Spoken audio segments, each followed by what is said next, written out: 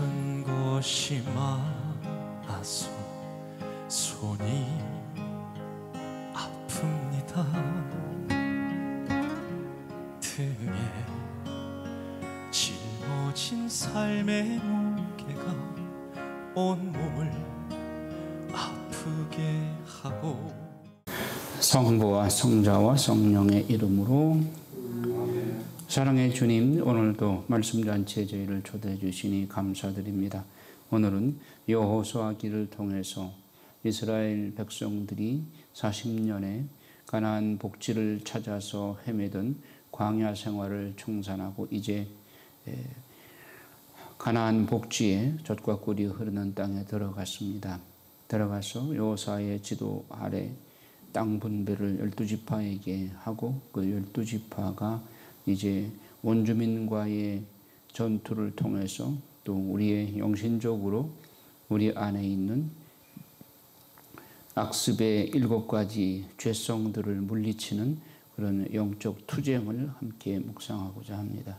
주님 말씀이 우리 안에 운행하시어서 우리 안에서 성령께서 이런 우리 자신 안에 있는 악의 요소들을 물리치는 힘찬 용기 있는 행진을 할 수 있도록 이끌어 주시옵소서.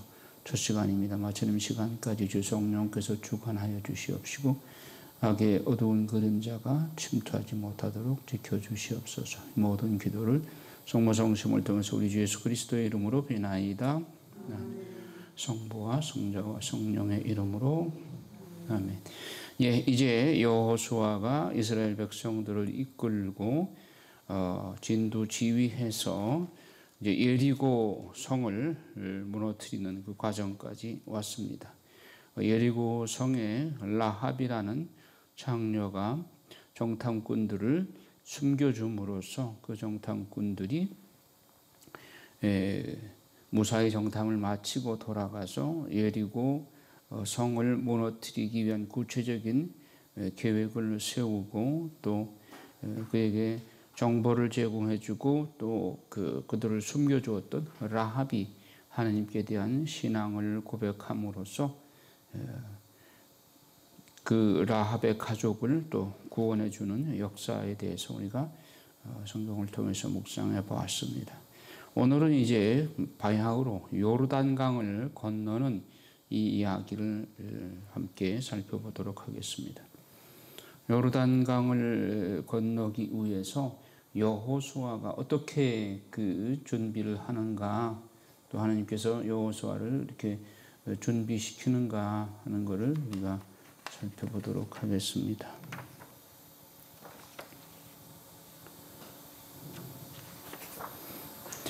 자, 우선 지도를 통해서 한번 살펴보겠습니다. 여기 이제 갈릴리 바다에서 요 바다 그 사해까지 염해라고 되어 있는데 사해 소금바다. 요 흐르는 강이 요르단강이에요. 요르단강은 아주 수직으로 흘러요. 요 강을 이제 이쪽에서 건너는 거예요. 이쪽에서 건너는데 이게 예리고성이 있죠. 여기가 예리성이죠. 이거를 이제 건너는 거예요. 이거를 이 강을 건너는 거예요. 그런데 이제 요 앞에 지금 이스라엘 백성들이 그 여호수아와 함께 사제단이 함께 지금 서 있는 거예요.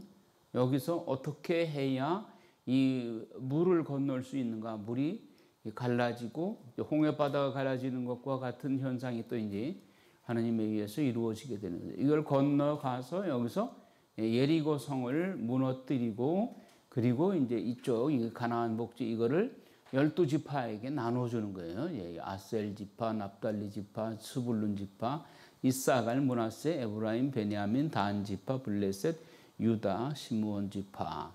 이미 동쪽에 이 요르단강 동편에는 세 지파한테 나눠주었죠. 므낫세 반쪽 지파, 갓 지파, 루벤 지파, 루벤, 갓, 므낫세 반쪽 지파에게 동쪽은 이제 나눠주고 이쪽에 싸울 수 있는 장정들이 이제 이 서쪽의 가나안 땅을 정복하기 위해서 도와주러 같이 지금 건너고 있는 거예요. 도와준 다음에 다 정복한 후에는 다시 돌아가죠. 요 세 지파의 장정들이.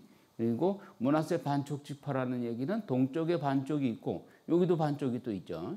므낫세 지파는 동쪽에 반, 서쪽에 반, 12지파 중에 유일하게 그래서 므낫세 반쪽 지파에게 동쪽을 지배하게 했다. 그 이야기입니다. 이제 그 과정을 살펴보도록 하겠습니다. 자, 3장을 보면 이 정복 시대에는 하느님께서 당신이 직접 통치하시는 거예요.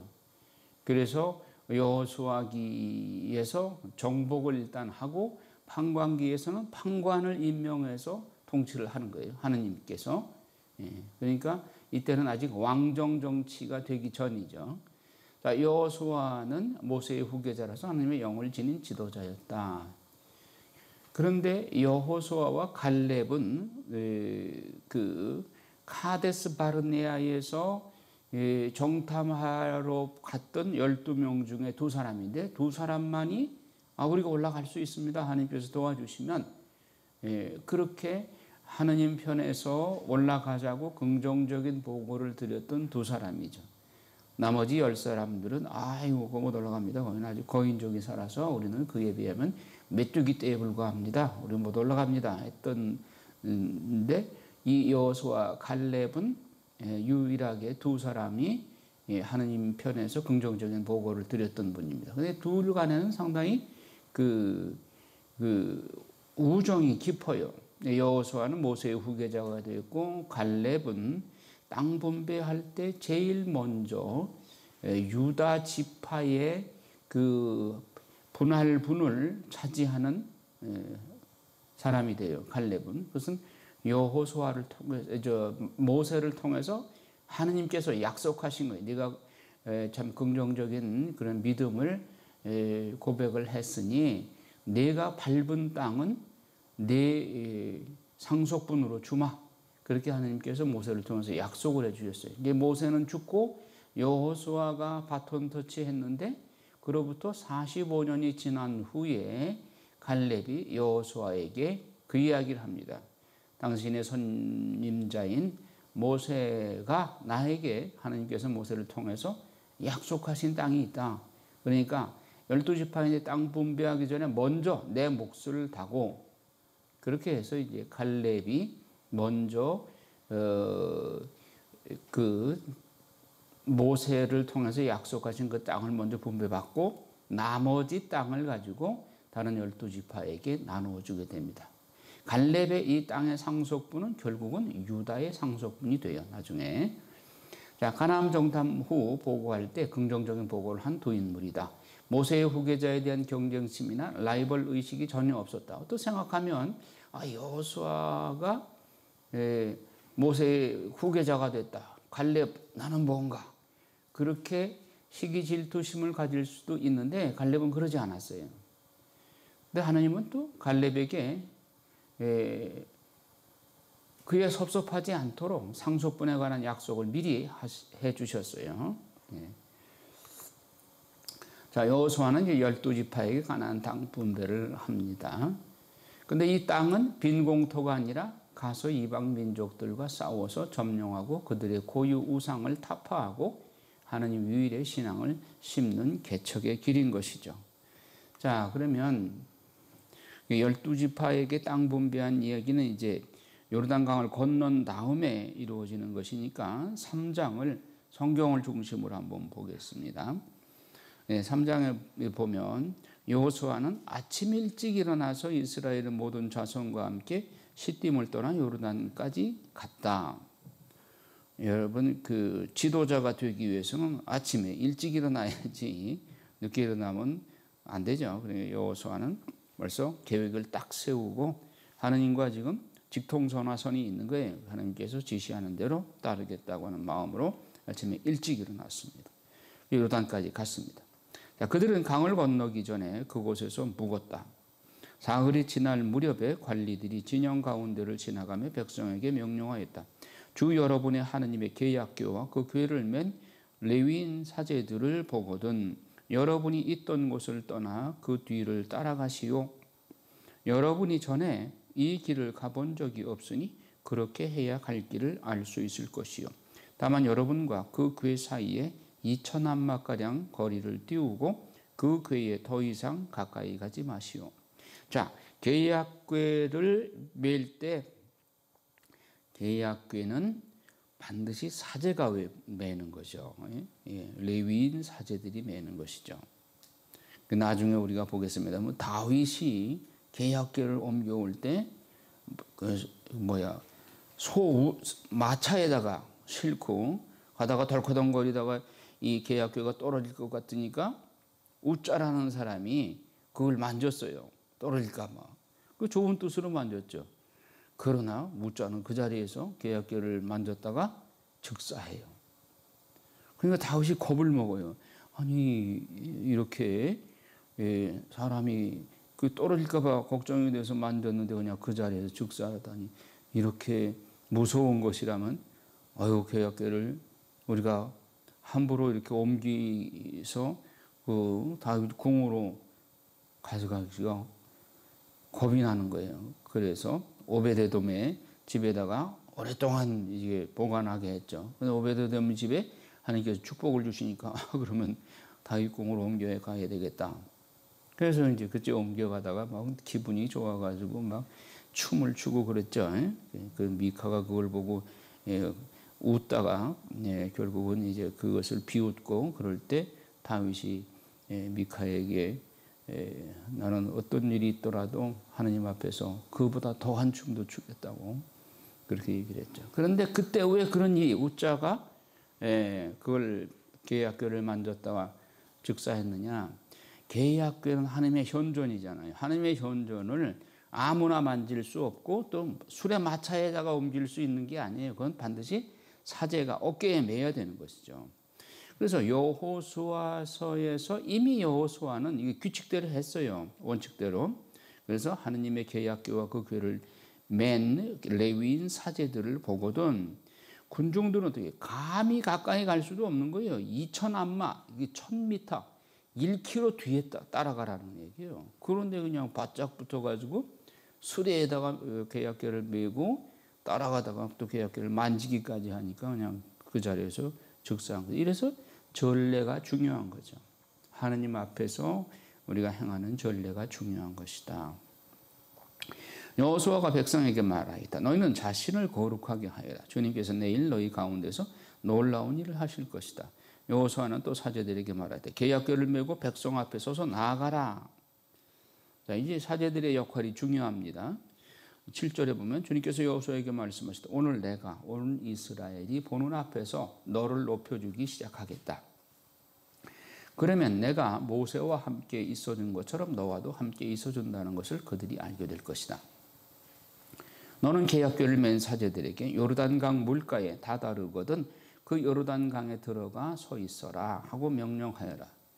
자, 여호수아가 이제 사제들에게 요르단강, 강물이 흐르는데 그 요르단강에 들어가 서 있어라 라고 명령하라는 거예요. 자, 그래서 11절에 보면 자, 온 땅의 주인이신 분의 계약궤가 너희 앞에 서서 요르단을 건널 것이다. 그러니 이제 이스라엘의 지파들 가운데에서 지파마다 한 사람씩 12사람을 뽑아라. 온 땅의 주인이신 주님의 궤를 맨 사제들이 발바닥이 요르단 강물에 닿으면 그 위에서 내려오던 요르단 강물이 끊어져 둑처럼 멈추어 설 것이다. 자, 우리 생각 같으면 사제가 그 앞에 도착하면 계약궤를 맨 사제들이 도착하면 하나님께서 물을 딱 멈추게 해가지고 길을 넓혀주고 건너가게 해주실 것 같은데 여호수아한테 사제들한테 지금 강물이 흐르고 있어요. 그 강물에 발을 들여 놓으라는 거예요. 그러니까 하느님은 스릴 만점의 어떤 신앙 테스트를 하시는 거예요. 강물이 아직 멈추지 않았는데 그 강물에 들어가라는 거예요. 발이 물에 닿는 순간 뚝이 끊어져서 이제 강물이 멈춰서서 이제 강이 갈라질 것이다. 그 얘기예요. 자, 백성이 요르단을 건너려고 자기들이 천막에서 떠날 때에 계약궤를 맨 사제들이 다 백성 앞에 섰다. 드디어 궤를 맨 이들이 요르단에 더달았다. 수학기 내내 각 언덕까지 물이 차 있었는데 궤를 맨 사제들이 요르단 강 물가에 발을 담그자 그 위에서 내려오던 물이 멈추어 섰다. 아주 멀리 차르단 곁에 있는 성읍 아담의 뚝이 생겨 아라바 바다 곧 소금 바다로 가던 물이 완전히 끊어진 것이다. 그래서 백성은 이리고 맞은 쪽으로 건너갔다. 자, 강물이 위에서 이렇게 흘러내려오다가 사제들이 발이 물에 닿자 뚝이 딱 끊어지고 강이 갈라졌다. 이것과 홍해 바다가 갈라진 것과 어느 것이 더 쉽고 어느 것이 더 어려운 거예요. 강물이 위에서 이렇게 내려오다가 사제들이 발이 물에 닿자 그 물이 뚝 끊어진 거예요. 그리고 갈라진 거예요. 이게 어려워요? 아니면 바닷물이 갈라진 게 어려워요? 맞아요. 자, 위에서 내려오던 강물이 멈춘다는 게 사실은 더 어렵잖아요. 그렇죠? 네. 자, 그런데 홍해바다 갈라질 때에는 하나님께서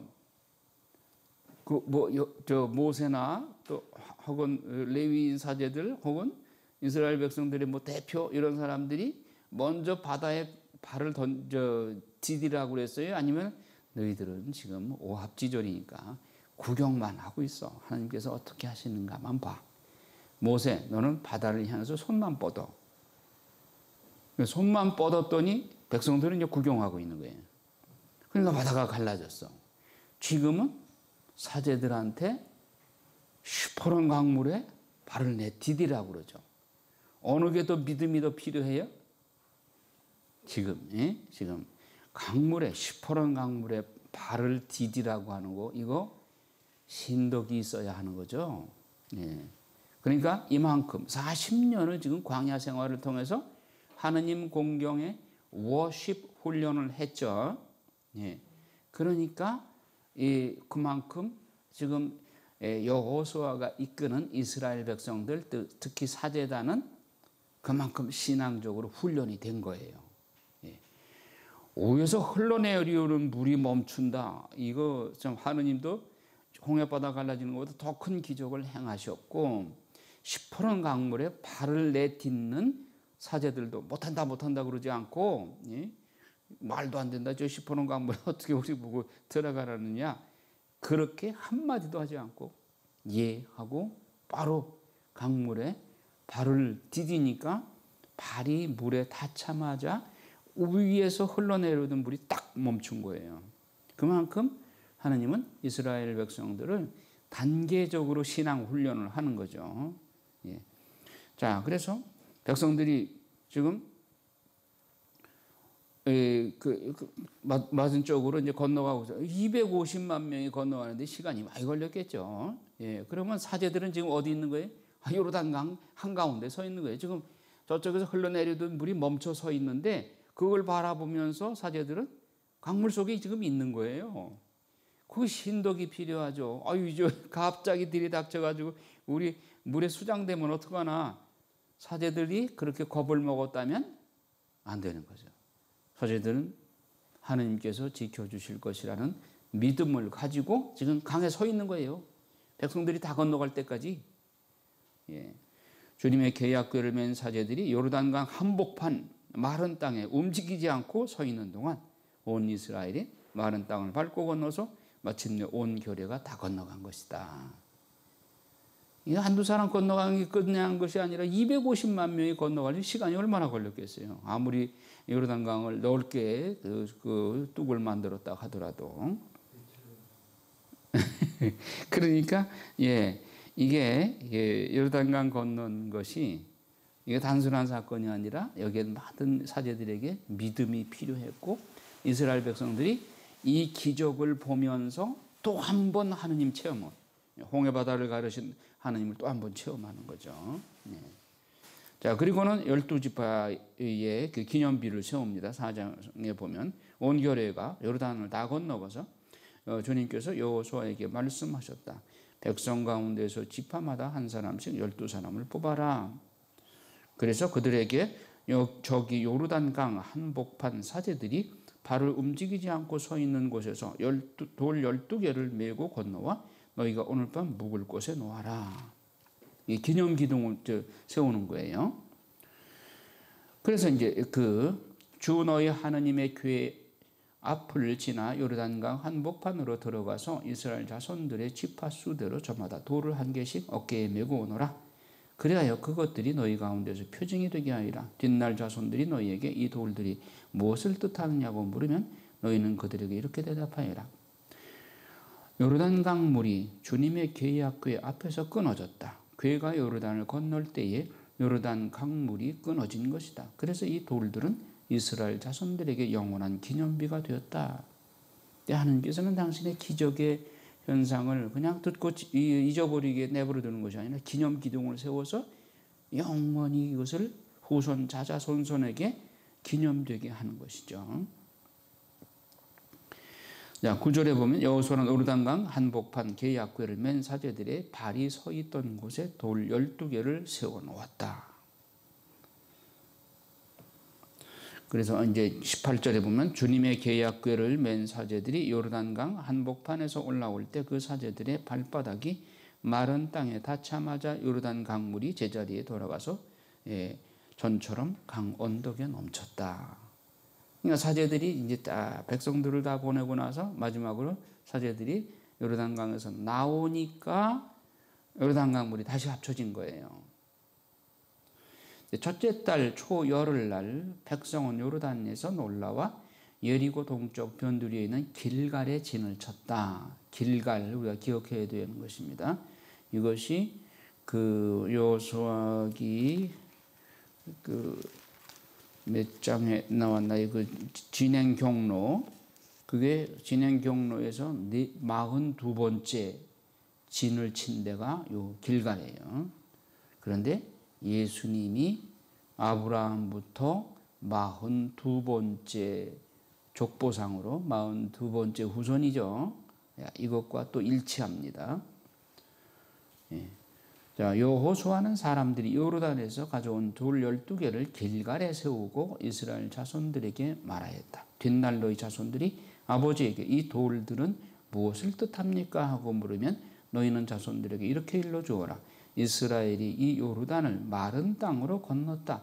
그것은 주 너희 하느님께서 우리가 갈대 바다를 다 건널 때까지 우리 앞에서 그 바다를 마르게 하신 것처럼 주 너희 하느님께서 우리가 요르단을 다 건널 때까지 그 물을 마르게 하셨기 때문이다.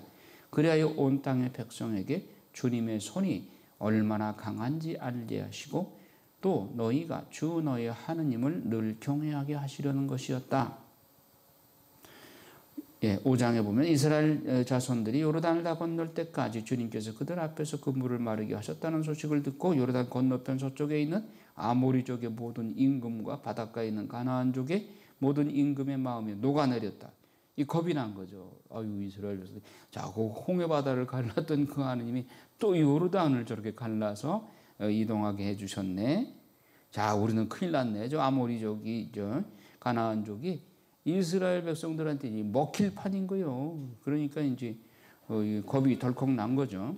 자, 그래서 이스라엘 백성이 길갈에서 할례를 받다. 자, 광야에서 이스라엘 백성들이 할례를 받을 수 있었어요, 없었어요? 없었죠. 왜냐하면 매일 이동을 해야 되는데 할례 받으면 6일, 한 일주일 정도 꼼짝 못 하잖아요. 그래서 40년 동안 할례를 못 했어요. 그래서 그 후손들도, 이스라엘 후손들도 그랬어요. 그런데 이제 길갈에서 여호수아를 통해서 예리고 성을 무너뜨리고 가나안 복지에 들어가기 전에 뭘 하느냐면 할례를 하는 거예요.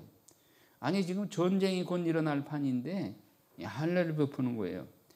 자, 이것은 어떻게 보면 우리 인간으로서는 상상하기 어려운 일이죠. 그런데 하느님이 우리에게, 이 이스라엘 백성들에게 이 할례를 베푼다고 하는 것은 깊은 의미를, 영적인 의미를 가지고 있어요. 뭐냐 하면, 지금까지 이스라엘 백성들이 출애굽해서 영적인 말하자면 피정, 영적으로 정화되는 그런 과정을 조금 표면적으로 행하지 못했던 거예요. 이제 가나안 복지 턱 앞에 왔어요. 가나안 복지는 천국의 상징이죠. 그럼 우리 영혼이 천국에 들어가기 전에는, 천국에 들어가기 직전에 우리가 마지막 해야 될 것은 정화죠, 정화. 요한복시록 22장 14절에 보면 너희의 긴 겉옷을 빨아 희게 한 영혼은 행복하다. 그들은 하나님 나라에 들어가게 될 것이다. 이 말씀하죠. 긴 겉옷을 희게 빨아 입었다. 그것이 영적으로 할례 받는 거예요. 자, 그것은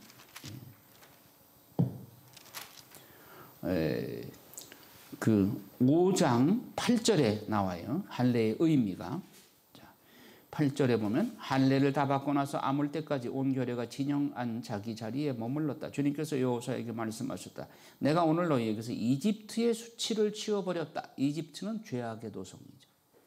그 죄악의 도성에서 죄로 때 묻은 그 영혼들이 지금 할례를 통해서 깨끗하게 정화되는 거예요. 할례가 이집트의 수치를 치워버렸다. 그래서 그곳의 이름을 오늘날까지 길갈이라고 한다. 치워버리다, 지워버리다, 깨끗하게 씻어버리다 그 뜻이에요. 그래서 이스라엘 백성들이 길갈에서 할례를 받는 것은 영적인 의미로 천국을 눈앞에 두고 천국 들어가기 전에 마지막 정화 과정이다. 이렇게 봐야 되는 거예요.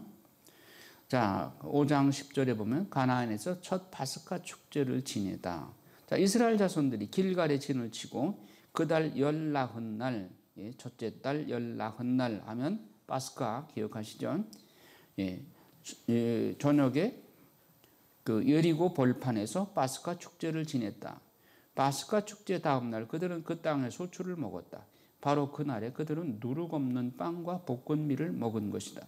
그들이 그 땅의 소출을 먹은 다음 날 만나가 멎었다. 그리고 더 이상은 이스라엘 자손들에게 만나가 내리지 않았다. 그들은 그 해에 가나안 땅에서 난 것을 먹었다. 자, 길갈에 도착해서 이제는 그 예리고에 그 곡식 심은 것이 그 곡식을 소출을 하게 되었으니까 그 곡식으로 파스카 제사를 지낸 거예요. 누룩 없는 빵과 볶은밀로.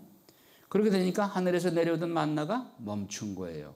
40년 동안 광야를 계속 이렇게 진행해 올 때는 농사 지을 수가 없잖아요. 그러니까 하늘에서 만나를 내려주셨는데 이제 길갈에 도착해서 이제 정착지까지 온 거죠. 그러니까 여리고에 있는 농사지은 그 사람들이 그 농사지은 곡식을 먹게 되었고 그것을 누룩 없는 빵과 볶은밀을 만들어서 파스카 제사를 지내니까 하늘에서 내려오던 만나가 멈췄다. 입니다. 자, 그 다음에 주님의 군대 장수가 나타나다. 여호수아가 예리고 가까이 있을 때에 눈을 들어보니까 어떤 사람이 손에 칼을 빼들고 자기 앞에 서 있어요. 그러면 여호수아는 사람인 줄 알고 야, 너는 우리 편이냐 적의 편이냐 하고 물었어요. 그러니까 아니다. 나는 지금 주님 군대 장수로서 왔다. 이 누구겠어요? 미카엘 대천사겠죠.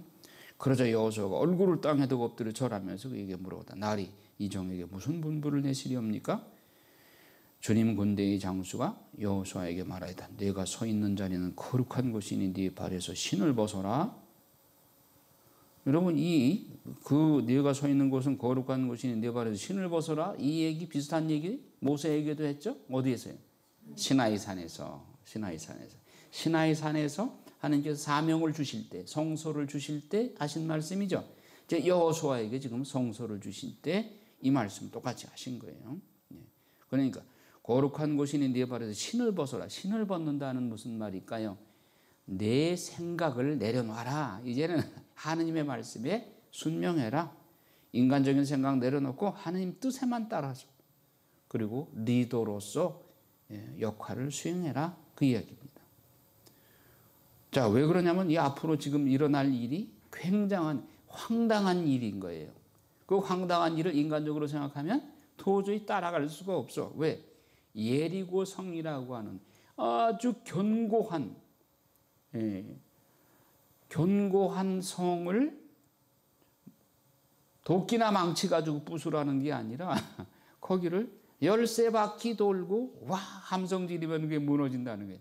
이거 인간적인 이성으로 생각하면 황당한 얘기죠. 그러니까 내 생각을 내려놓아라. 하나님의 명령에 무조건 순종해라. 그거죠. 그래서 이제 6장에 보면 예리고 점령 이렇게 군대 장수를 보내서 여호수아에게 자기 생각을 내려놓게 하고 오로지 하나님 뜻에만 따르게 명령한 다음에 예리고성을 점령하러 가는 겁니다. 자, 예리고성 봅시다. 6장에 예리고는 이스라엘 자손들 앞에 굳게 닫힌 채 나오는 자도 없고 들어가는 자도 없었다.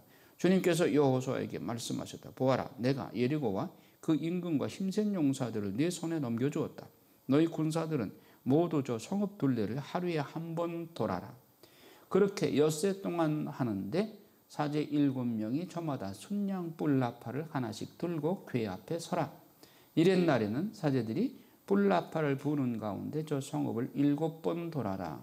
자, 하루에 한 번씩 돌라고 그랬으니까 6일 동안 6번이죠. 그런데가 7째 날은 7번 돌라고 그랬죠. 총 몇 번 도는 거예요? 13번 도는 거죠. 예. 성읍을 7번 돌아라. 순양불 소리가 길게 울려 그 나팔 소리를 듣게 되거든 온 백성은 큰 함성을 질러라. 그러면 성벽이 무너져 내릴 것이다. 그때의 백성은 저마다 곧장 앞으로 올라가거라.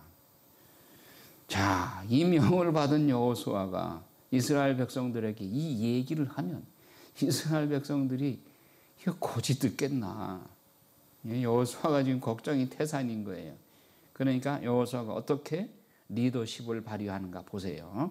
자, 눈의 아들 여호수아는 사제들을 불러서 말하였다. 계약궤를 메어라. 그리고 사제 7명은 저마다 순양불 나팔을 하나씩 들고 주님의 궤 앞에 서라. 그는 이어서 백성들에게 말하였다. 앞으로 나아가서 성읍을 돌아라. 무장을 갖춘 이들은 주님의 궤 앞에 서서 나아가라. 자, 이렇게 얘기해 놓고 이 백성들을 이렇게 돌라 하루에 한 바퀴씩 돌고 6일 동안 그리고 7째 날은 7바퀴를 돌라고 그럴 때 백성들이 250만 명이 돌면서 쑥덕쑥덕 안 하겠어요? 여러분 한번 그 입장이 돼봐요. 쑥덕쑥덕 불평하겠죠? 이러다가 뭐 이게 무너진다고 말이 돼? 하면서 특히 말 많은 여자들이 많이 쑥덕공론 하겠죠? 그러니까 여호수아가 뭐라 그래? 입 다물고 하라고 그러죠. 항구 명령을 내려요. 여호수아가 백성에 말한 대로 사제 7명이 저마다 순양불 나팔 하나씩 들고 주님 앞에 서서 나아가며 나팔을 불었다. 주님의 계약궤가 그 뒤를 따랐다. 그리고 무장을 갖춘 이들이 뿔나팔 부는 사제들 앞에 서서 걸어가고 후위대가 궤 뒤를 따라가는데 뿔나팔 소리가 계속 울려 퍼졌다. 여호수아가 또 백성에게 명령하였다. 함성을 지르지 마라. 너희 소리가 들리지 않게 하여라. 한마디도 입 밖에 내지 마라. 이게 리더십이죠. 그냥 내버려두면 온갖 불평당할 거예요. 아니 누구나 안 그러겠어요? 이스라엘 백성만 그러겠어요? 우리 보고 시키면은 이런다고 벽이 무너져 하면서 불평했겠죠. 딱 함구령을 내렸어요. 내가 함성을 지르라고 하거든 그때의 함성을 질러라. 이렇게 그는 주님의 궤가 성읍 둘레를 한 번 돌게 하였다. 백성은 그렇게 한 다음 진영으로 돌아가 그 밤을 진영에서 지냈다. 여호수아는 아침 일찍 일어났다. 사제들도 주님의 궤를 메었다. 이제 7번째 날이 되는 거죠. 순양불 나팔을 하나씩 든 사제 7명이 주님의 궤 앞에 서서 가며 줄곧 나팔을 불었다. 그리고 무장을 갖춘 이들이 그들 앞에 서서 걸어가고 후위대가 주님의 궤를 뒤를 따라가는데 뿔나팔 소리는 계속 울려 퍼졌다. 그들은 이튿날에도 성읍을 한 번 돌고 나서 진영을 돌아갔다. 그들은 엿새 동안 그렇게 하였다. 이랬날이 되었다. 동이 틀 무렵에 그들은 일찍 일어나 같은 방식으로 성읍을 7번 돌았다.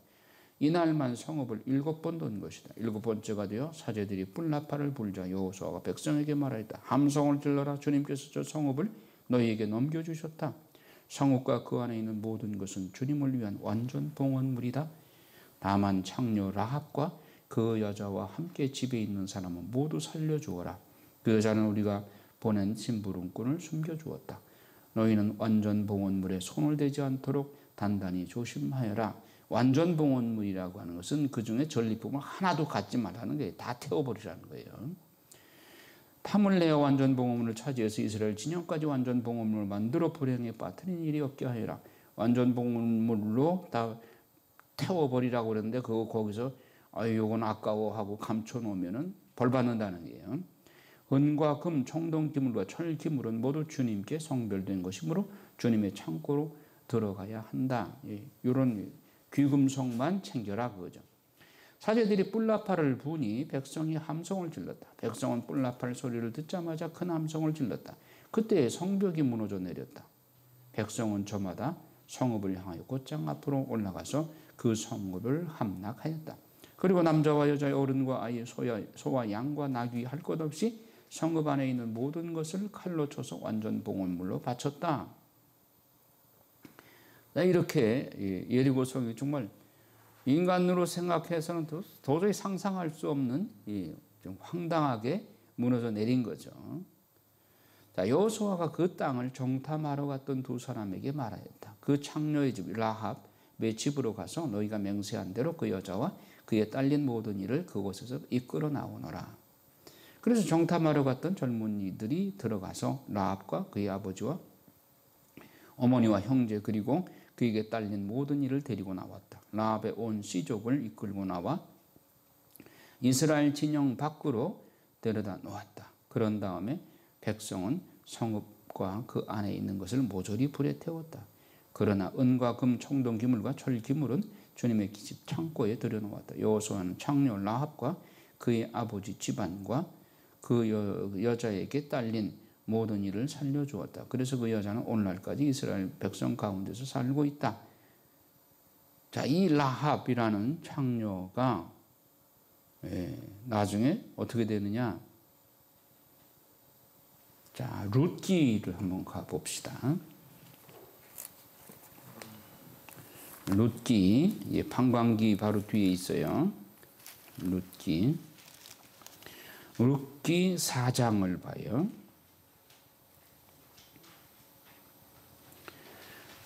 룻기 4장 18절에 보면 이것이 페레치의 족보이다. 페레치는 헤츠론을 낳고 헤츠론은 람을 낳았으며 람은 암미나답을 낳았다. 암미나답은 나흐손을 낳고 나흐손은 살마를 낳았으며 살마는 살몬이에요. 살몬은 보아즈를 낳고 보아즈는 오벳을 낳았다. 오벳은 이사이를 낳고 이사이는 다윗을 낳았다. 여기 살몬이라는 사람이 바로 정탐꾼 두 사람 중에 하나예요. 그래서 이 살몬이 나중에 라합하고 결혼을 해요. 그래서 라합하고 결혼해서 누굴 낳아요? 보아즈를 낳고 이 보아즈가 나중에 룻하고 결혼을 해서 낳은 아들이 오벳이죠. 오벳은 이사이를 낳고 이사이는 다윗을 낳았죠. 자, 다윗의 아버지가 이사이고 다윗의 할아버지가 오벳이에요. 증조 할아버지가 보아즈인 거예요. 보아즈의 그 고조 할아버지라고 하나요? 고조 할아버지가 살몬이고 그 할머니, 그 고조 할머니가 라합인 거예요. 그러니까 다윗의 고조 할머니가 라합이 되는 거예요. 하나님은 또 이렇게 역사를 하시네요. 그러니까 라합이 지난번에 여호수아기 2장에서 자기 신앙을 고백했죠. 이스라엘 백성들이 정탐꾼들한테 당신네 하나님은 진짜 하나님이고 홍해 바다를 가르시고 당신네 민족을 이렇게 이끌어 오셨다는 걸 우리가 잘 압니다. 그리고 예리고 성을 당신들이 무너뜨릴 것이라고 하는 것도 압니다. 그러니 나를 기억해 주시고 당신네 하나님에 대한 내 신앙을 받아주십시오. 신독을 바랬잖아요. 창녀 라합이고 신분이 그렇고 또 이방 민족인데도 불구하고 하느님은 다윗 왕의 고조 할머니가 되도록 이렇게 섭리하셔요. 이 하느님은 혈통을 보는 것이 아니라 신앙을 보시는 거예요. 룻은 누구예요? 모압 여자잖아요. 이방 여자가 모압 여자인데 그 룻이 또 나중에 신앙 고백하는 거 보면 정말 이스라엘 사람에게도 그런 믿음을 찾아보기가 어려울 정도로 그런 믿음을 고백하니까 결국은 룻의 후손이 다윗이 나오는 거죠. 자, 그런데 여호수아기 6장 26절로 다시 돌아와서 여호수아가 예루살렘을 무너뜨리고 선언을 합니다. 이 예리고 성읍을 다시 세우겠다고 나서는 사람은 주님 앞에서 저주를 받으리라. 기초를 놓다가 맏아들을 잃고 성문을 달다가 막내 아들을 잃으리라. 그러니까 예리고 성은 다시는 못 세운다. 다시 세웠다간 그 세우는 사람이 벌 받는다. 이게 열왕기에서 그대로 이런 일을 하다가 열왕기에서 벌 받는 사람이 나와요. 열왕기 상권 16장 34절을 한번 봐요. 열왕기 상권 16장 34절. 이 아합 왕 때예요. 아합 왕은 아주 북이스라엘의 제일 악한 왕이죠. 바알 우상을 끌어들인 사람이죠. 그래가지고 예리고 성을 다시 세우려고 해요. 34절에 보면 아합 시대에 베델의 히엘이라는 사람이 예리고를 세웠다. 눈의 아들 여호수아를 통하여 하신 주님의 말씀대로 히엘은 예리고의 기초를 놓다가 맏아들 아비람을 잃더니 성문을 달다가 막내 아들 수굽을 잃었다. 아들 둘을 잃어버린 거예요. 그러니까 성경을 모르면 이렇게 우매한 짓을 하다가 아들 둘을 한꺼번에 잃어버리죠. 그러니까 성경을 거슬러서 사는 것은 제일 미련한 거예요. 자, 여기까지 보고 그 다음에 7장에 보면 악한의 죄와 그 결과. 아까 예리고 성의 물 점령하고 예리고 성의 봉헌물을 완전 봉헌물로 봉헌해라. 그 전리품 하나도 차지하지 마라 그랬죠. 근데 이 악한이라는 사람이 이름부터가 악한이에요. 그 전리품에 욕심을 내다가 결국 이렇게 죽게 되는 결과가 나오죠. 7장에 보면 이스라엘 자손들이 완전 봉헌물과 관련하여 죄를 지었다. 유다 지파 제라의 증손이고 잡디의 손자이며 카르미의 아들인 아칸이 완전 봉헌물을 차지하였던 것이다. 그래야 주님께서 이스라엘 자손들에게 진노를 터뜨리셨다.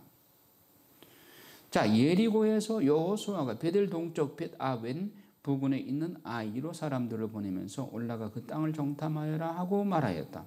그 사람들이 올라가 아이를 점령하고 여호수아에게 돌아와서 말하기를 백성이 다 올라가지 않아도 되겠습니다. 2,000명이나 3,000명쯤 올라가도 아이를 칠 수가 있습니다. 그러니까 아이는 아주 보잘것없는 거예요. 예리고 성에 비하면. 그래서 얕잡아보고 적은 수만 올라가도 되겠습니다. 그래서 3,000명쯤이 그리로 올라갔어요. 그랬더니 아이 성에 있는 사람들이 반격을 가해가지고 이들을 다 죽여버린 거예요. 그래서 여호수아가 하느님 이게 어떻게 된 일입니까? 이렇게 예리고 성을 무너뜨린 하느님께서 이 아이 성 이 조그마한 여기한테 우리가 이렇게 패배하게 하십니까? 여호수아가 자기 옷을 찢고 주님의 궤 앞에서 얼굴을 땅에 대고 저녁 때까지 엎드려 기도했어요. 그랬더니 하느님께서 10절에 보면 주님께서 여호수아에게 말씀하시되 일어나라 어찌하여 그렇게 엎드려 있느냐 이스라엘이 죄를 지었다. 내가 그들에게 명령한 계약을 어기고 완전 봉헌물을 차지하였으며 도둑질과 거짓말을 하면서까지 그 물건을 자기 기물 가운데에 두었다. 그래서 이스라엘 자손들 자신이 완전 봉헌물이 되어버려 원수들에게 맞설 수 없게 되고 그 앞에서 등을 돌려 달아났던 것이다. 이제 너희 가운데에서 완전 봉헌물을 없애지 않으면 내가 다시는 너희와 함께 있지 않겠다. 이 완전 봉헌물을 봉헌하라고 했는데 이거에 손댄 사람이 있기 때문에 이스라엘 너희 전체가 단체의 벌을 받는 것이다. 이스라엘이 죄를 지었다. 악한 개인이 죄를 지은 게 아니야. 이스라엘이 죄를 지었다. 그래서 너희들이 패배한 것이다 그겁니다. 그래서 이 죄를 지은 사람을 끌어내서 처단하지 않으면 내가 다시는 너희 족속하고 같이 안 하겠다 이거예요. 그래서 일어나 백성을 거룩하게 하고 그들에게 말하여라. 너희는 내일을 위하여 자신을 거룩하게 하여라. 주 이스라엘의 하나님께서 이렇게 말씀하신다. 이스라엘아 너희 가운데에 완전 봉헌물이 있다. 그 완전 봉헌물을 너희 가운데에서 치워버리기 전에는 너희가 원수들에게 맞설 수 없다. 예, 하느님은 한번 결심하시면 정말 곡물도 없는 거예요. 그대로 지켜야 되는 거예요. 그래서 여호수아가 누가 범인인가 이걸 색출해냅니다. 16절에 보면 여호수아가 아침 일찍 일어나서 이스라엘을 지파별로 앞으로 집합시켰어요. 그래서 누군가 하고 제비를 뽑았더니 유다 지파가 뽑혔어요. 유다 지파에서 어느 족속인가 하니 제라 씨족이 뽑혔어요. 제라 씨족의 어느 집안인가 하니 잡디 집안이 뽑혔어요. 잡디 집안에서 또 누군가 했더니 카르미의 아들인 아칸이에요. 이 잡디 집안에서 아칸이 뽑힌 거예요. 이름부터가 좀 그렇죠. 자, 여호수아가 아칸에게 말하였다. 아들아, 주 이스라엘의 하느님께 영광과 찬미를 드려라. 그리고 네가 무엇을 하였는지 숨기지 말고 내게 말하여라. 아칸이 여호수아에게 대답합니다. 저는 참으로 주 이스라엘의 하느님께 죄를 지었습니다. 제가 이런 짓을 하였습니다. 제가 전리품 가운데에서 시나르에서 만든 좋은 겉옷 한 벌과 은 200세켈 그리고 무게가 50세켈 나가는 금덩어리 하나를 보고는 그만 탐을 내어 그것들을 차지하였습니다. 그러고서는 제 천막 안 땅속에다 은을 밑에 깔고 숨겨두었습니다. 이게 이실직고 한 거예요. 그래서 여호수아가 신부름꾼을 보내가지고 그걸 확인을 했어요. 확인을 한 다음에 여호수아는 제라의 자손 아칸 은과 겉옷과 금덩어리 그의 아들 딸들 소와 나귀와 양들 천막과 그에게 딸린 모든 것을 이끌고 온 이스라엘과 함께 아골 골짜기로 올라갔어요. 그래서 여호수아가 말합니다. 내가 어찌하여 우리를 불행에 빠뜨려드냐? 오늘 주님께서 너를 불행에 빠뜨리실 것이다. 그러자 온 이스라엘이 그에게 돌을 던져 죽이고 나머지 것은 모두 불에 태우고 나서 그 위로 돌을 던졌다. 그리고 그들은 그 위에 큰 돌 무더기를 쌓아 올렸는데 그것이 오늘날까지 남아있다. 그제야 주님께서 타오르는 진노를 거두셨다. 그래야 그곳의 이름은 오늘날까지 아골골짜기라고 한다. 자, 하느님의 하시는 일이 이제 이렇게 아칸의 죄를 묻기 위해서 아칸이 돌에 맞아 죽죠. 구약에 이렇게 하느님께서는 죄를 지은 사람들을 돌에 맞아 죽도록 이렇게 허락을 하셔요. 자, 그거는 하느님이 잔인해서가 아니라 그 구약의 그 죄를 지은 사람들은 상징적인 영적인 의미가 있어요. 그건 죄예요. 죄. 우리 안에 있는 죄. 따라서 죄인은 우리가 너그럽게 용서해주고 용서해 줘야 되지만은 죄는 덮어둘 수가 없는 거예요. 죄는 씻어내야 되는 것이죠. 그리고 없애버려야 되는 것이죠. 그냥 가나안 복지에 7 부족이 있는데 앞으로 나오겠습니다만은 그 7 부족을 모조리 쳐내라. 그러죠. 불씨를 남겨놓지 마라. 그 불씨가 나중에는 큰 화근이 된다. 그것도 가나안 족속들에게 잔인하게 하나님께서 명령하셨다는 그런 개념에서가 아니라 우리 안에 있는 죄성들, 교만성, 포악성, 아집성, 질투성, 태만성, 거짓성 이런 죄의 뿌리, 그런 죄악성들을 뿌리 뽑으라는 얘기예요. 죄의 그루터기가 남아있으면 언젠가는 또 죄를 불러일으킨단 말이죠. 그래서 그것을 하나님이 사람 목숨을 이렇게 처단하고 하는 것은 영적으로 우리가 알아들어야 되는 것입니다. 자, 그렇게 처단을 하고 나니까 아이성을 간단히 점령해버려요. 8장에 보면 두려워하지도 말고 겁내지도 마라. 일어나 모든 병사들을 거느리고 아이로 올라가거라. 그래서 그 땅을 아이성을 점령하게 됩니다. 그 다음에 이제 8장 30절 이하에서 보면 에발산에 제단을 만들고 율법을 봉독하다 나옵니다. 그때 여호수아는 주 이스라엘의 하느님을 위하여 에발산에 제단을 쌓았다. 그것은 주님의 종 모세가 이스라엘 자손들에게 명령한 대로 곧 모세의 율법서에 쓰인 대로 쇠 연장을 대어 다듬지 않은 돌들을 쌓아서 만든 제단이다. 그곳에서 여호수아서는 모세가 쓴 율법 사본을 이스라엘 자손들 앞에서 그 돌들에게 새겼다. 그리고 주님의 계약궤를 맨 사제인 레위인 사제들 앞에 궤의 이쪽 저쪽으로 절반은 그리짐산 앞에 절반은 에발산 앞에 서게 하고 그 그리짐산에서는 축복의 말씀을 선포하고 에발산 위에서는 저주의 말씀을 선포해서 이렇게 하면 축복을 받고 이렇게 하면 저주를 받게 된다. 그것을 선포하기 위해서 이스라엘에게 다시 한번 상기시켜 주는 것이죠. 자, 그래서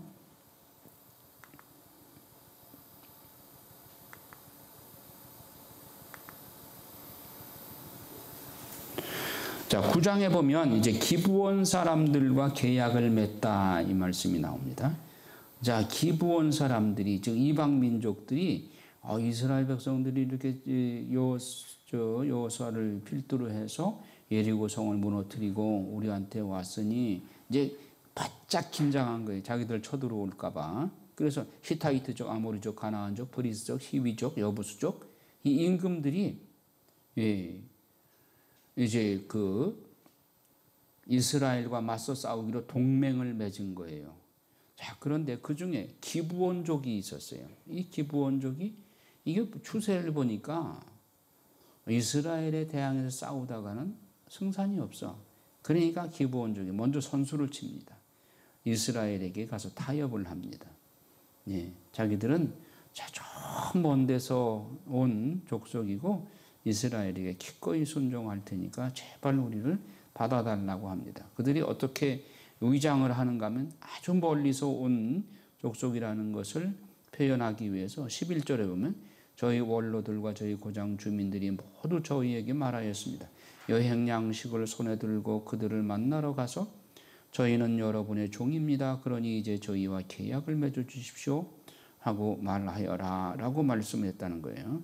그래서 저희 빵이 여기 있습니다. 여러분에게 오려고 저희가 떠나오던 날 집에서 그것을 쌀 때에는 따뜻하였습니다. 그런데 이제 보십시오. 마르고 부스러졌습니다. 너무 먼 여행을 했기 때문에 이 술부대도 저희가 술을 채울 때에는 새 것이었습니다. 그런데 보십시오. 이렇게 갈라졌습니다.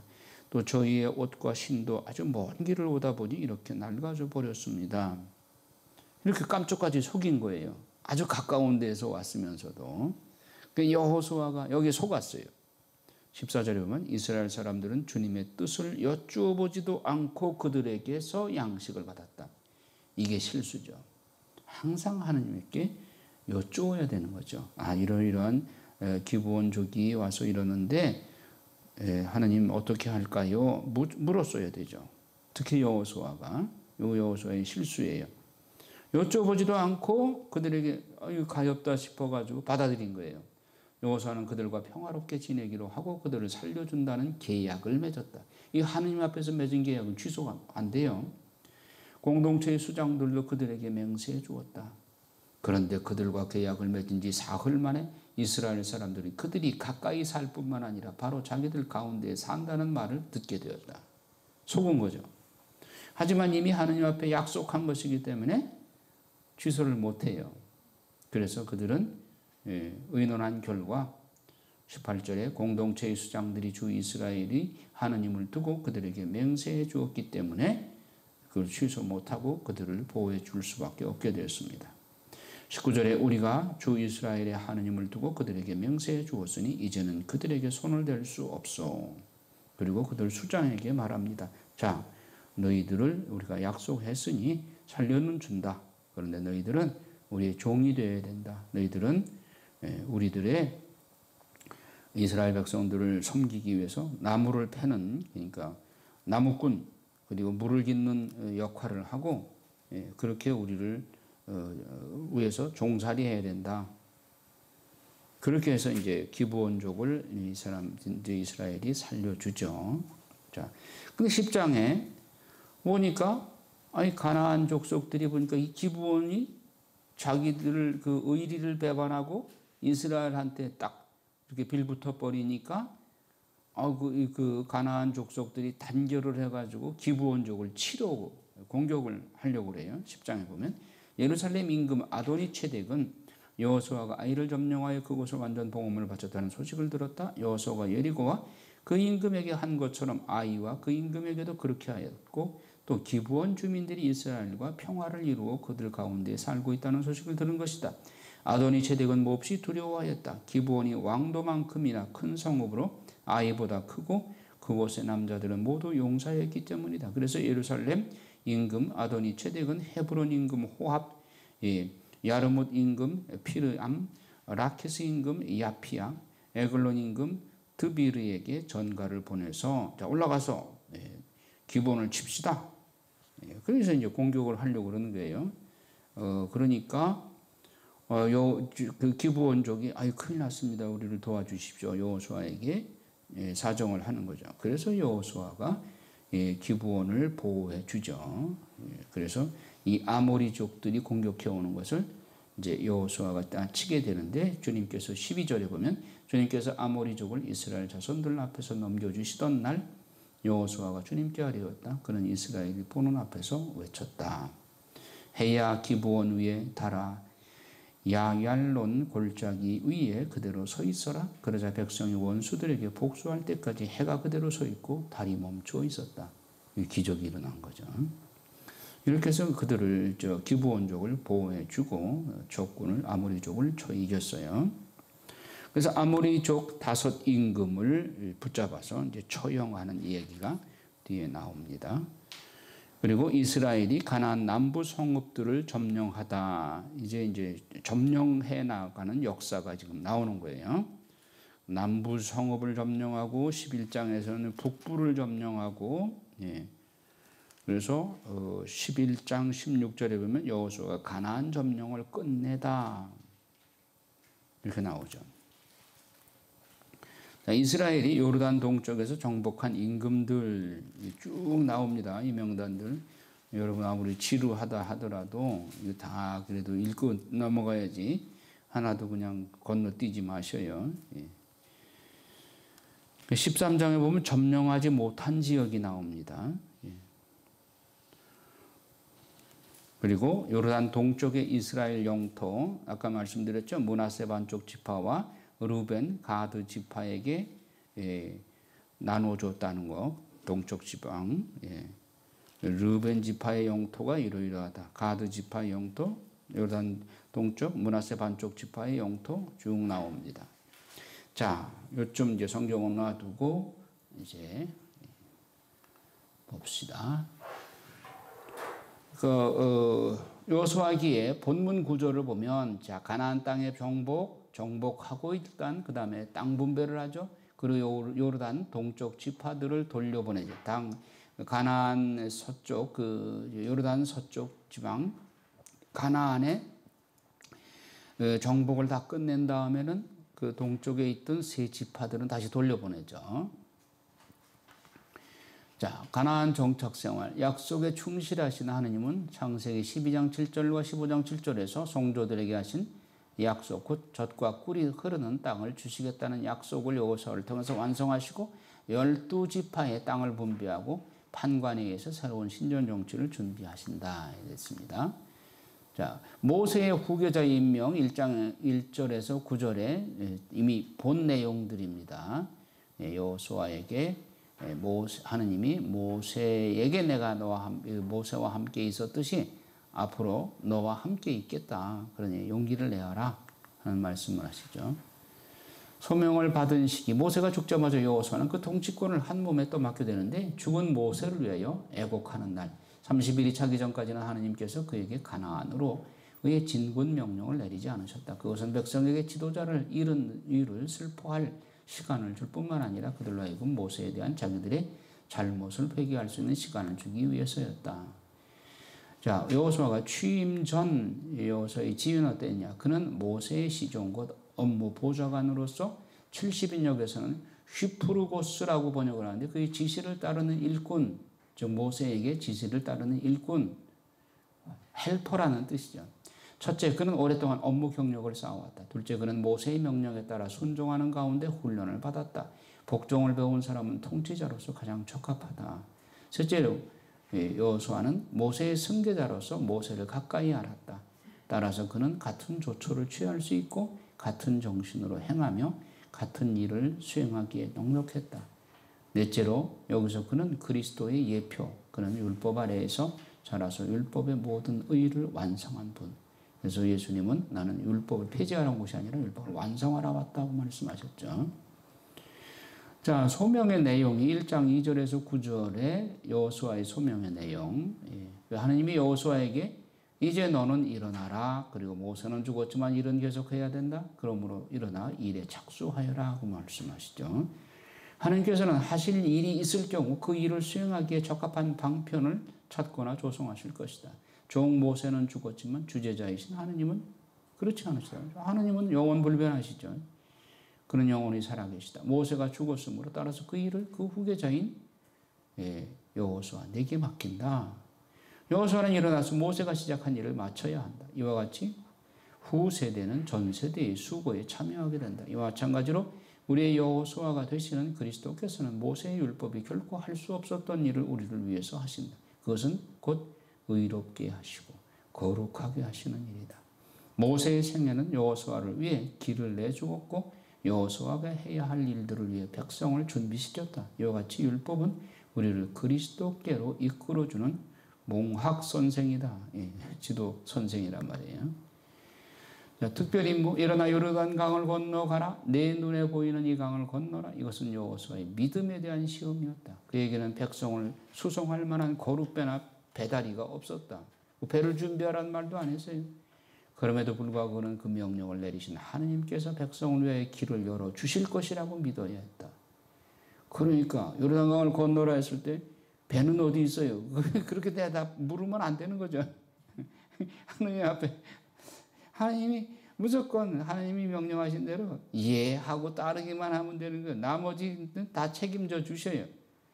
그러니까 우리가 머리가 잘 돌아가는 사람이 성소받기가 어려운 게 요르단강 건너라고요? 배 어디 있어요? 그렇게 따지고 들으면 안 되는 거예요. 요르단강을 건너야만 가나안에 들어갈 수 있는 것이다. 가나안 땅을 이스라엘 자손에게 주셨음에 대한 제 언명, 내가 그들에게 주는 땅, 내가 그 땅을 주리라고 조상들에게 약속하셨지만 이제 네 세대나 지난 지금 그 약속을 성취할 때가 왔으니 상속재산을 나누어 줄 사람은 바로 너다. 아직 정복된 것은 아니지만 그것은 너희 손안에 있는 것이나 다름없다. 왜? 하느님이 전능한 하느님이 함께 하시니까. 자, 땅을 분배받은 사람들, 그들 곧 이스라엘 자손인데 왜냐하면 그들은 야곱의 자손이기 때문에 야곱은 이 약속을 받을 때 이스라엘이라는 이름으로 불려왔다. 분배받은 땅은 동으로는 유프라테스 강에서부터 서쪽으로는 지중해까지이다. 만일 그들이 순종했다면 하느님께서는 이 땅뿐만 아니라 더 많은 땅도 주셨을 것이다. 사도행전 2장 5절 이하에 보면 이 모든 지방들과 다른 많은 곳에서 이후에 시간이 흐름에 따라 많은 사람들이 유대교로 개종하였다. 순종만 잘하면 하나님께서는 더 주실 수도 있는 것이죠. 땅을 받을 수 있는 조건은 뭐냐? 내가 모세에게 말한 것과 같이라는 말에 함축되어 있다. 그 뜻은 곧 모세가 여러 번 너희에게 말한 것처럼 만일 너희가 나의 규례를 지키면 너희는 들어가서 그 좋은 땅을 얻을 것이다. 그러한 단서와 한도 내에서 얻을 것이며 다른 방법은 없다. 물은 너희 발바닥으로 밟는 것이 너희의 소유가 될 것이다. 다만 너희 발을 그 위에 디디기만 하면 그것을 취할 것이다. 하나님은 모든 방법을 다 준비해 놓으셨어요. 그냥 순명만 하면 되는 거예요. 자, 하나님의 약속들, 하나님께서 함께 하심을 확신해야 된다. 이스라엘을 애굽에서 끌어내어 광야 사이로 이끌 때에 내가 모세와 함께 있던 것 같이 내가 너와 함께하여 너로 하여금 그들을 가나안에 정착시킬 수 있도록 하겠다. 지금까지 모세를 인도해 오신 하느님께서 어련히 알아서 하시겠나? 이렇게 그냥 그저 순명만 하면 돼. 예, 순명만 하면 되는 거예요. 모세가 행한 것은 하느님이 그와 함께 계셨기 때문이다. 여호수아에게 하느님이 늘 함께 계시다면 그 역시 형통하게 될 것이다. 이제 막 피어오르는 사역자들이나 그리스도인들에게 있어서 그들 선배들에게 충족했던 바로 그 은혜를 활용함으로써 자기들에게도 역시 결핍되지 않을 것이라는 사실은 큰 위로가 된다. 이 말씀은 9절에서 다시 되풀이된다. 하나님께서 보내시는 곳으로 가는 사람들은 어디를 가든지 하나님을 모시게 된다. 하나님과 함께하면 걱정될 게 없는 거예요. 하나님이 늘 함께하시어 그들을 버리지 아니하시리니 모세도 그에게 이 사실을 확신시켰다. 곧 이제 모세는 그를 떠나야 하지만 하나님은 결코 떠나지 않으신다는 것이다. 우리 역시 우리가 주님과 함께 있는 동안 주님 역시 우리와 함께 하신다는 확신을 갖게 된다. 여기 여호수아에게 하신 약속은 모든 신자에게도 적용된다. 그가 이스라엘의 모든 대적에 대하여 승리할 것임을 약속하신다. 너희 평생에 너를 능히 당할 자 없으리니 곧 하나님을 자기 편으로 삼은 자를 당할 사람은 없다. 만일 하나님이 우리를 위하시면 누가 우리를 대적하리요? 그가 직접 이스라엘 백성에게 이 땅을 나누어 줄 자임을 알리신다. 여호수아가. 그래서 그는 담대해야 한다. 왜냐하면 그로부터 땅을 분배받게 될 백성들의 성격이 나쁘기 때문에 가나안 7부족이 아주 악한 사람들이죠. 그러니까 그들을 대항해서 그들을 이기려면 담대해야 되는 거예요. 그는 그들이 얼마나 고집세고 불평 많은 백성인지 잘 알았고 자기 선임자 때에 그들을 다루기가 얼마나 어려웠는지 잘 알고 있었다. 또한 이스라엘 백성들도 만만치 않은 민족이죠. 모세에게 대들고 항의했던 것을 여호수아는 잘 지켜봤죠. 그러면 자기도 모세처럼 그것을 이겨낼, 극복할 수 있는 담대함이 필요한 것이죠. 그래서 하나님께서 여호수아에게 내리신 지시 또는 명령, 모든 일에 있어서 하나님의 율법을 따르고 그것을 그의 규칙으로 삼으라는 명령, 또 하나님께서는 율법책을 여호수아의 손에 들려주시고 그에게 명하십니다. 주야로 이 말씀을 묵상하고, 즉 바쁘다는 구실로 묵상의 시간이나 기도 시간이 없다고 생각하는 자들은 이 당시에 있어서의 여호수아의 능력을 생각해 보아야 된다. 우리가 이 지금 세상에 사는 동안 바빠서 주의를 못 지켰다. 기도할 시간이 없었다. 아무리 바빠도 모세나 여호수아보다 바빠요? 그것은 그에게 맡겨진 큰 책임이었다. 그에게 10개의 몸이 있어도 그 책임을 감당하기에는 모자랐다. 그럼에도 불구하고 그는 묵상을 위해 시간을 만들어야 했다. 일을 많이 하려면 더 많은 시간을 주님 앞에 엎드려야 되죠. 기도해야 되는 것이죠. 그것을 그의 입에서 떠나지 말게 하라고 명하신다. 다시 말해서 백성에게 내리는 모든 명령은 하나님의 율법에 일치해야 한다는 것이다. 어떤 경우에든 그는 이 모든 율법을 따라 말해야 한다. 새로운 법을 제정해야 할 필요는 없었지만 그에게 부탁한 아름다운 것을 주의 깊고 신실하게 지켜야 했다. 그는 이 모든 율법을 다 지켜 행하여야 했다. 여호수아는 매우 능력 있고 권위 있는 사람이지만 자신이 먼저 명령을 받고 분법받은 대로 행하여야 했다. 사람이 아무리 위엄이 있고 지배력이 있다 하더라도 하나님의 율법 위에 설 수는 없다. 율법을 순종해야 하나님의 모든 뜻을 이룰 수 있는 것이죠. 자, 여호수아의 지도자로서의 조건, 책에 다 있습니다.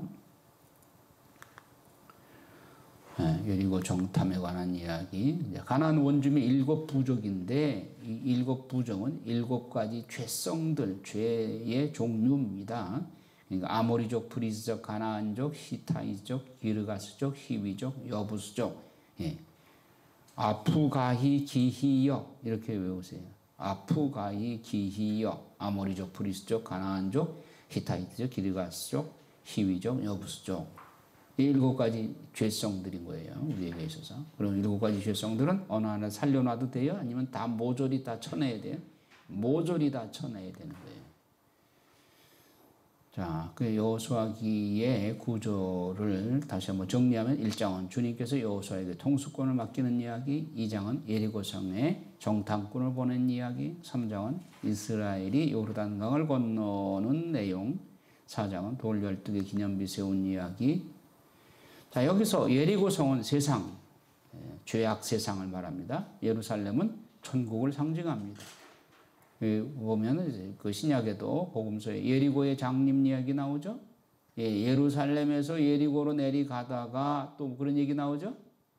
이것도 천국 생활하다가 예리고로 내려간다. 세상으로 내려가는 거예요.